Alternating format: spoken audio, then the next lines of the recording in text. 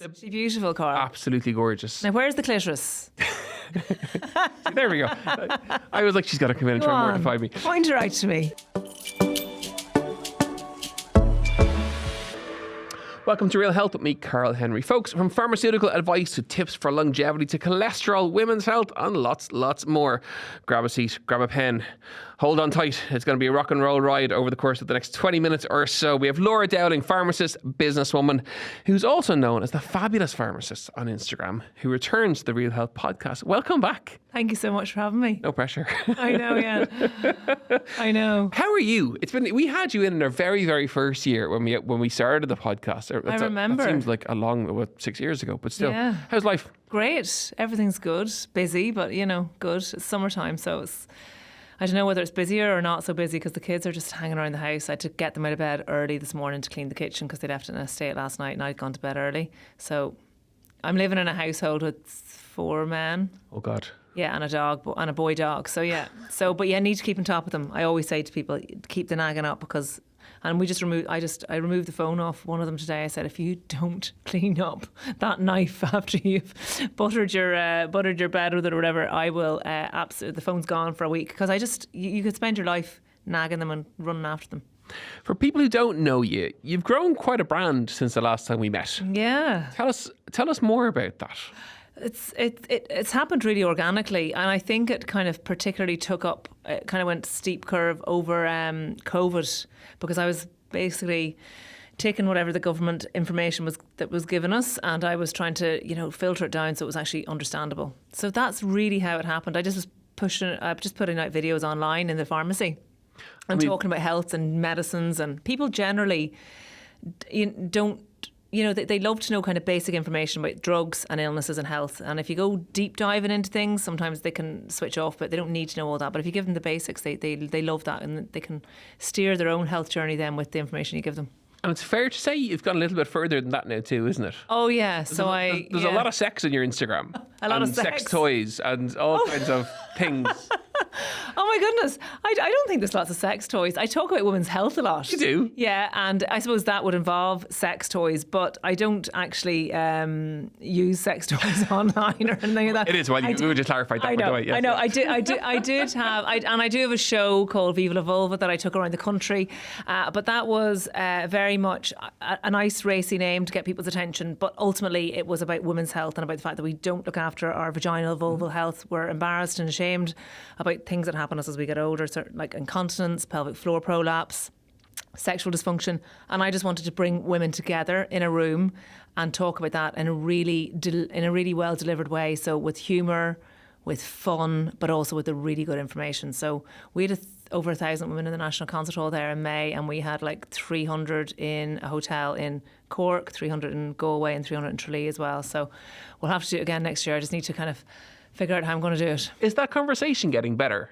It is. And certainly younger ladies now are talking a little bit more. I think, social media has really helped because women are able to go online and talk. So yeah, but there's still a huge dearth of information out there for women about their health. Particularly like once a woman has a baby, it's almost like, you're giving your baby, you're told, go home and breastfeed that now for 2 years, do your squeezy exercises and off you go. And you're kind of just left. And so long as the baby reaches their milestones, the woman kind of... Of course, the baby's checked every whatever. Absolutely. It's very important that the baby's checked. No, you see, that's the thing, So I think that what we need to do is we really need to bring it back to basics. Women's pelvic floor needs to be checked. They need to be very proactive themselves about their health. But if they don't know their basics of their own anatomy, they're going to find it difficult. So that's why I go around with my vulva puppet. I can show you her here today. And I talk about vaginal dryness a lot online. I talk about sexual dysfunction. I talk about incontinence. All of those things. And then I also throw in a bit about cholesterol and, food and exercise too. So I'm kind of like, it's a bit of a mishmash. I'm wondering, should I just talk about one thing or is it okay to talk about all these things? You've a safe space though for women to talk about stuff that they don't talk about. Oh, yeah. And actually, this is the confessions as well. Your phone gives you that, doesn't it? Yeah. Your phone gives you that space to enter into someone else's world or a world of people, which is what you create. Yeah, I to think discuss things so. that you wouldn't talk to your partner about. I think so, yeah. And when I started doing those confession boxes and the things that were coming in, I think that's where you're getting the whole sex thing from too. Because loads of people tell, they'll put in a confession to the confession box, and it seems wild, but then loads of other people go, oh yeah, that's me, or oh my goodness, that was me 10 years ago, or so yeah, it's a safe space and it's a non-judgmental space because you never know what's going on in anyone's life or world or family, and that's what I learned in the pharmacy. People can have a veneer of happiness, or they can be coming in grumpy, but you just do not know what is going on in their life. Generally, if they're coming into the pharmacy, they're looking after someone or they're sick themselves. So that's It's what a swan analogy, isn't it? On top of the water, calm, whatever, and the feet are going like Billy-O. 100%, yeah. What pressures the social growth brought? Or do you feel any pressure with it? Because yours is out there enough now. Yeah, it is. I suppose from a day-to-day basis, I do feel like I have to show up and give information and correct information. And I like to keep on top of things that are going on in the world in terms of, say, if there's new developments in medicine or healthcare. Pressure, yes, because there's a pressure now to definitely not offend people. And I think it's easy to offend people these days.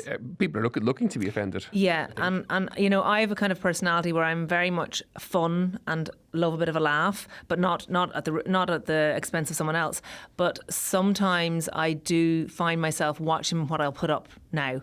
People might go, Jesus, do you think you're so unfiltered? It's not funny. So what we see now is the filtered version. Version. But yeah, so I would be very conscious about really not trying to offend people. But I think that sometimes, if you're going to put yourself out there in a public space and you're going to give your opinion and you're going to be strong-willed, and maybe particularly if you're a female, there can be a little bit of backlash and there can be a little bit of offence taken. But for the main part, I do think that the stuff that I say resonates with most people. What do you do with the backlash? You respond? I used to be quite reactive and respond quickly, but now I kind of go off and have a little think and maybe discuss it with my husband, or I'll discuss it with someone else and say, what do you think of this? And I think generally if you just allow the dust to settle, it tends to be okay. I've very rarely had to take a post down. So that's generally what I do. Do you ever get backlash? Rarely. Yeah. I block them. Oh, do you? Okay, yeah. So sorry. Yeah, that's my new. That's any form of negative comment on the page at all. I just block them. Oh yeah, fair enough. That's my new strategy. Not that I get a huge amount. We did a good years idea. ago. Yeah. For 3 years ago on OT, the Operation Transformation stuff. Yeah. A group in Galway took a severe dislike to us. Okay. And rallied the troops. Okay. And for about 6 weeks we got bashed left, right, and centre. And I just started blocking them, and it was lovely. It was liberating. Because how dare you come to this? This is a safe space for like your own space for people who want to be healthier and learn about health in terms of my own Instagram. Yeah. And I was like, how dare you? And I put so much energy into it. You don't deserve to even look at it if you're going to give me nonsense like that. Yeah, that's fair. Yeah, no, that's fair. I used to think, God, I can't block them. They're entitled to their opinion, and maybe if I block them or I delete their comment, it shows then that I can't take negativity. But actually, it's not the case. If they're being negative for the sake of being negative, so I'll block. It's a fair argument. You don't mind that, but do you find it addictive? The social media. So actually, I find it that, sometimes people say, oh, did you see this post from this person or that person? I actually find that I don't have the time sometimes to be looking at other people's posts. But in terms of addiction, I definitely think that there is a possibility for it to become that. So you need to be quite strict with yourself. Like I really do try and switch it off in the evening times and devote, if my kids are talking to me, I'd put the phone down. I go try and look at them in the eye instead of like, yeah, what is it?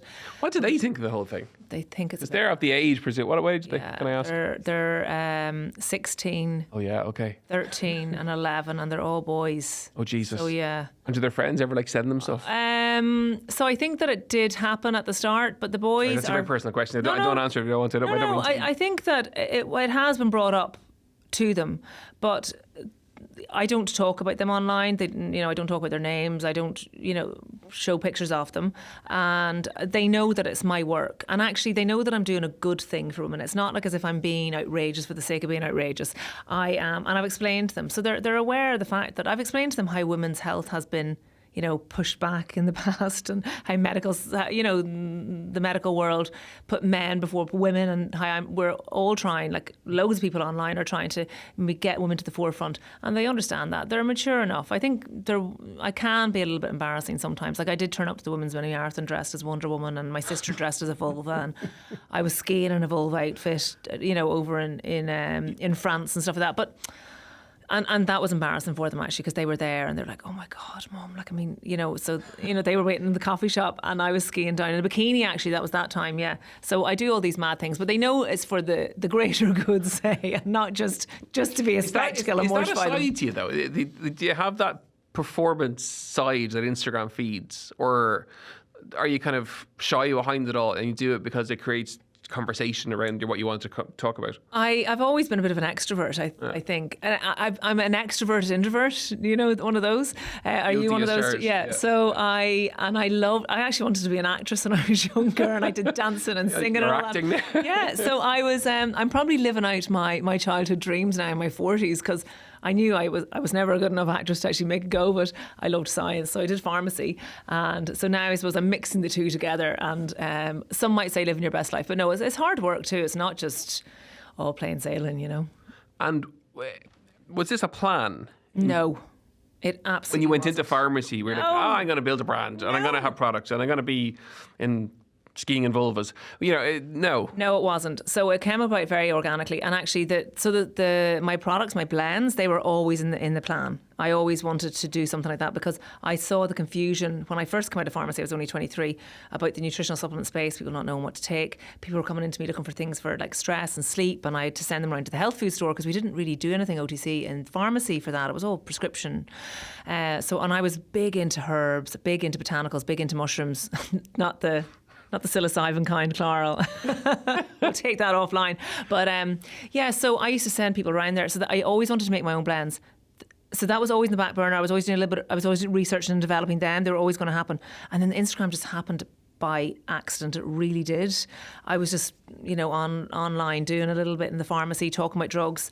And I got a shout out from someone who had a bigger account than mine. And it just kind of then went back in the days when it was easy to kind of grow-ish by a shout out. Mm-hmm. So maybe like I had 2,000 followers and someone gave me a shout out, then I had 10,000, and then COVID hit, and it kind of that's how it really happened. But it's all been very organic. But now it's not.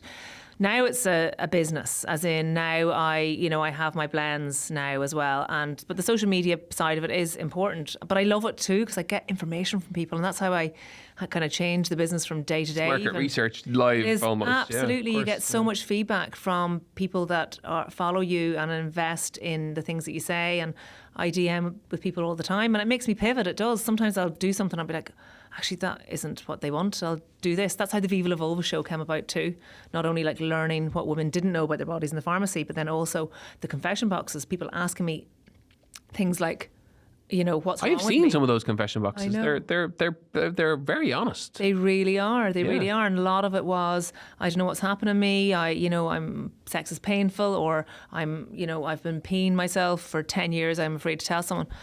And then when I started doing corporate speaking, I brought up these issues, and there was queues of women after my talk wanting to talk to me about the fact that I brought up issues that they had never verbalised themselves, even to their partner or to their doctors. So that's how I knew I was onto something, and that's how the Viva La Vulva thing happened. So it's really a mix of my expertise in pharmacy and then all of this online community that I've built up and learning from them every day. And of course, for those listening in, if there is something that you mightn't have spoken to your partner about, it's so important. You have to talk about it. Oh, be it to a partner or your GP or whatever that channel may be, but you need to vent it somewhere. Absolutely. And I think women think that they have to be perfect for the world or perfect for their partner or their doctor, or it's embarrassing to talk about things. And a woman once said to me there, and it really struck me, she goes, God, I think I might be in the menopause. She's 48. And she goes, I said, well, what does your husband think? And she goes, oh God, I couldn't tell him. He might think I'm getting old. I said, how old is he? She goes, oh, actually, that's a really good point. She told him, and he gave her a hug, and he told her he loved her. And I just think encouraging women to talk about their health is just so very important, because we haven't been encouraged to in the past. We've been told, that's women's issues, that's embarrassing, shut up type thing. So yeah, it's really important to get the conversation out there. And even, I'm actually doing a couple of talks with people that are that have special needs, so about the menopause. So maybe ladies that may have intellectual difficulties, and they are almost seen as asexual. And when I went down to court to give a talk to some of them, and it was only like a little group session, only about 10 of them around the table, and a couple of them, their parents didn't want them to go because they thought that they wouldn't go through menopause. Wow. And that's how, they're almost seen as people that don't have sexuality or that don't have these issues, that don't go through the same things that other women do. But it's quite the opposite, it's the opposite they do, of course. So I think it's about bringing this information to people in whatever way they can receive it is really, really important. And of course, one of the other aspects of your work is the stretching, the exercise. Oh, yeah. The fridge maybe not being totally tidy. Listen, the cholesterol. Carl, we have to talk about your fridge. It's way too OCD tidy. How in the name of God does your wife put up with you? It's a good question, by the way. Yeah. And then she like that. Like she sends me DMs every day. She's like, "What are you up to now? You didn't just post that or whatever." That's why I asked you about your children, because my wife did it to me. She was like, "You did? What did you post that for now?" Yeah. Fridge porn. That's what it's called. It is fridge porn. It's very nice though. Well, and then you sent me your fridge, and I was like, "Oh Jesus!" That's giving you anxiety. Yeah. Look, you do you, Carl. Whatever it is, I just wouldn't have the time for that. But I think that there's a place in the world for the both of us. balance. But you use your kind of approach to bring in, stretching when you wake up first thing in the morning, or the running, or the recent one is the cholesterol, which is really interesting. So you have high cholesterol. Yes. I know, and people were shocked at that because I exercise, I try and eat well. Now, I try and eat well, but I don't restrict, a little bit of alcohol and some nice curry, Indian curry takeaways and stuff like that. I do like to live my life too. But yeah, I have high cholesterol. I went and just got it checked because I am perimenopausal. I'm 44. My mum and dad have high cholesterol. Mum's managed to get it down by diet. Dad's on a statin, and one of my brothers has it as well. So I thought I'll go and get my bloods done and see, and it is high. So I'm working on that to try and get it down. With I've always exercised. I've always tried to eat well. I'm just trying to be that bit more healthier, introducing oats into my diet and stuff like that. But yeah, when I put up a post, and I literally in the post all I said is I have high cholesterol. Does anyone want to learn with me about this? And it got 1 million views. It got loads of comments, and I had to disable the comments because there was a lot of misinformation being shared on it then as well. Yep. And that's really important to me, that if I put something out there, that there isn't misinformation, and you can't check every comment when there's 14,000 comments on a post. So yeah, it's interesting. But yeah, I'm very much into exercise, always have been. But I do that for my mental health more than anything, because I actually feel a little bit low on the days that I don't exercise. And it could just be even like a 20-minute workout. So say, for instance, I do have time blindness too, though. So I know I had to be here at 1. I had to be here at 1. I was like, fuck it. I need to go. Well, you texted me last week, like, yeah, I'll see you later on. Do you want to go for a run? And I was like, we're a week out. Yeah, I know. And then also I was like, do you want to go for a run after the pod? I'm actually doing a batch of pods, so I can't. But so I try and get it into my day, but I also try and squeeze so much into my day that often there isn't enough time. So at 12 o'clock, was it 12? No, it was like 11:30. I was like, okay, I'll do a quick online workout before I get into him. But sure, then I was rushing and sweating and doing the makeup in the car and everything. But anyway, I got it done. But yeah, exercise for me is my... There's a normalisation of that though too, isn't there? When you story that and you're saying to people, oh, look, like that, you're like, you're on the hamster wheel, for want of a better word. Yeah. That normalises it for people. Yeah, I think so. And makes them feel okay, that's how they are. And yeah, I think so. And even yesterday I put up going, God, I feel crap after the weekend. Like, it was a bank holiday weekend. It was one of my son's birthdays, and I kind of probably relaxed a bit. God forbid you'd unclench your butt cheeks for, 2 days. And then I woke up yesterday, I was like, oh... so, and when I went online and said that, and so many people were like, yeah, no, I'm the same. So yeah, I think it's just, if you're just telling your story, loads of people can relate to it, can't they? Chat us through the cholesterol food changes, because people are like that. Anytime we mention cholesterol, it goes absolutely bananas. Yeah. People are always fascinated by it. I saw there was a scone this morning with no butter, and you were like, no cholesterol improvement or whatever. I know. So I think what people there's been a lot of misinformation out there about cholesterol. Yep. I think back in the 1970s, the American Heart Association, they said like eggs are bad. That's all crap. It's all been refuted.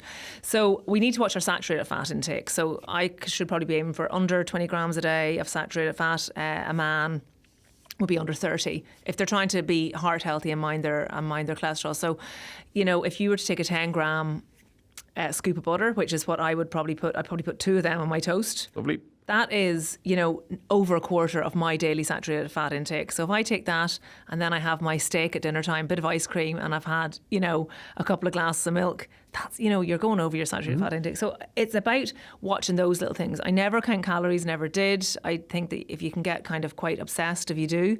And so I just try and eat healthy. I'm trying to add oats to my diet too. So 60 grams of oats a day over 3 weeks can decrease your cholesterol. Yeah, so it's fibre. It's that soluble fibre, isn't it? And all of those things. So I'm really, really trying to do all that. When I get my bloods checked again, I'll see if all of those improvements have helped or all of those dietary changes have helped. And that's a fair point, though, isn't it? That if you go and get your bloods checked, which you should be doing on a regular enough basis, maybe once a year or something like that. Well, I think if you go, certainly if you're midlife, and I'm middle aged, like that's crazy. Join the club. So if you're midlife, so if you're in your 40s, and certainly if you're a female and a male, of course, as well, men have to look after themselves too. But my main tribe is females. It's good to go and get it done. So then you have a baseline to work off. Because the thing about cholesterol is it's not just about having high cholesterol, it's how long have you had that cholesterol high for. So just say, for instance, I didn't go and get my cholesterol done this year and I waited 10 years to get it done. But it was high from age 44 to age 54. Then the damage to my arteries is happening over those 10 years. Where at least now I know I have my baseline. Whether I can reduce that or not myself, fantastic. And if I can't, then there's always the option to go on lipid-lowering medications. So for the minute, I don't need to do that. But what you're doing is, and it's a great example for people, is you're checking. Yes. And it's flagged, it's a little high. Then you're trying the lifestyle modifications, the food modifications, and all, giving yourself the best shot. Yes. You go back in whatever amount of months, you recheck it again. Yes. And then you can say, okay, well, look, I've done my best here. Yes. I've tried all the natural, free changes that I can possibly make before I go on the medication. Yeah. And then if you have to go on the medication, then you can say, okay, well, I tried everything else. Yes, exactly. And it's a good message for people who are listening in that it doesn't have to be straight for the meds.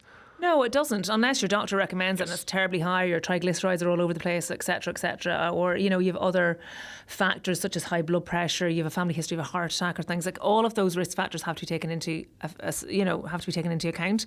But thankfully, I don't have family history of major cardiac events.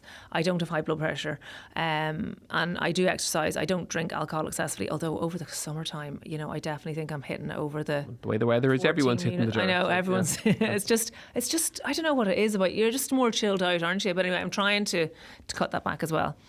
Chat to me about plans for the future. Plans for the future. I'm kind of just taking it one step at a time. I definitely want to do another Viva La Vulva kind of tour.